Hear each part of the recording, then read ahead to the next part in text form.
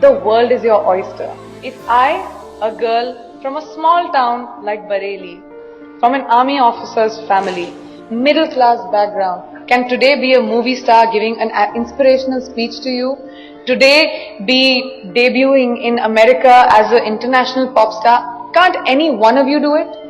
If I can do it, you can do it, right? The world is your oyster. Finding our own confidence. No one is going to give that to you. No one is going to tell you, here's an opportunity, go make something of yourself. You're going to do it for you. I just love growing. Like I said, I think growing is a very important thing. And when I was very young, I started working when I was 17 years old. You need to be responsible for your finances and be financially independent.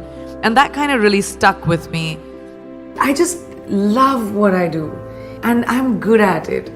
And I love the ability to wake up in the morning and say, oh my God, I get to go to work. I mean, how many people in their lifetimes do a job that they love doing? Most people do it for survival.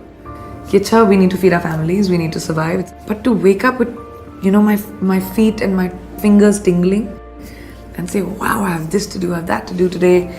And it's an amazing feeling and I don't take it for granted. I'm a high achiever. I've always been a high achiever. I'm someone who is goal-oriented. I like challenges. I like growth. I like evolution. I like knowledge. So when you put all of those things combined, I have a lot more I want to do. I've had multiple things that haven't worked out in my life. I mean, I just don't talk about them. I'm not someone who rests on my failures. I believe that they are a natural part of life and failure will happen to every single person, and what you do after failure that makes you the person that you will become. I've always said that I'm ambitious and that's my sense of purpose, is my drive, is my contribution to the arts. That's where I feel like I'll have most purpose. And that's just my quest is always that, to push the envelope. I don't really have regrets, but I have to say, I think my biggest achievement, I feel, is honestly the ability to get over my fears.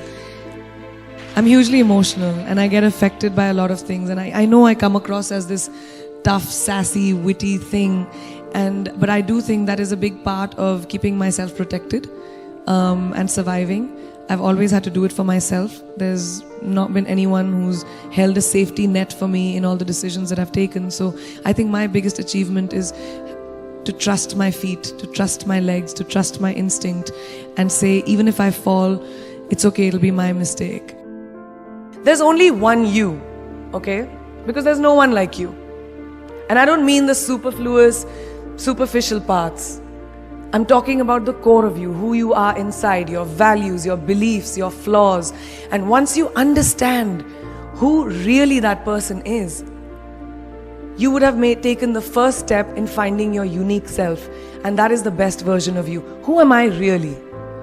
Most often, we don't allow ourselves the ability to dream beyond our imagination. We don't allow ourselves to think about the future because we are afraid of change. We are afraid to move away from what is familiar.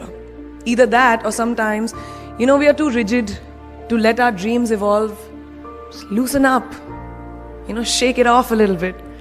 Change is the only constant thing in life, and you are never too old or never too experienced to learn something new. Believe that you have everything already as your Brahmastra in your will to be able to be and achieve your dreams. Be fearless. Funny thing, these opportunities, they don't come very often. They come far and few in between. But when they do we recognize them?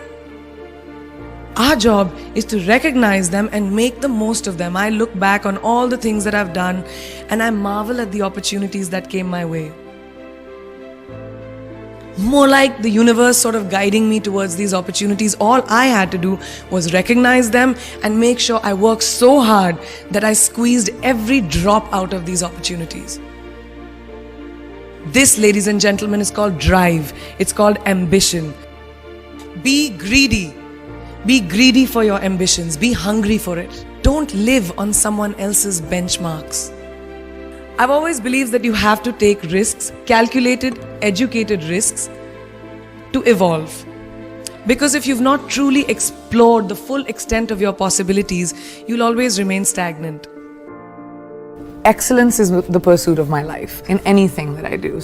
My ambition gives me purpose, and I think purpose is very important in life. You have to have a sense of purpose. Whatever that might be, it could be your children, it could be your family, it could be your career, it could be anything.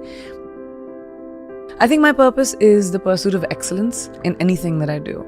I don't like doing anything less than perfect. I want them to say that I left behind a legacy. I want my kids to feel like, proud to say that that's our mom. I want people to say that I made a dent in my art, in entertainment, in my profession. I think people confuse discipline with punctuality sometimes, but that's not what discipline is. Discipline is being prepared. Discipline is riyaz. Discipline is training. Discipline is learning. Discipline is knowing that if I'm going to do a job, I'm going to give it my 120%. Otherwise, I'm not going to do it. One mistake can cause a big, big butterfly effect. Learn to be like water. Adaptable, fit into any vessel, have a sense of calm, have a sense of patience. But ambition is extremely important. And I don't just say this to girls, I say this to boys and girls. Just everyone who wants to be able to have a purpose in life, have an ambition, have the guts to find your glory.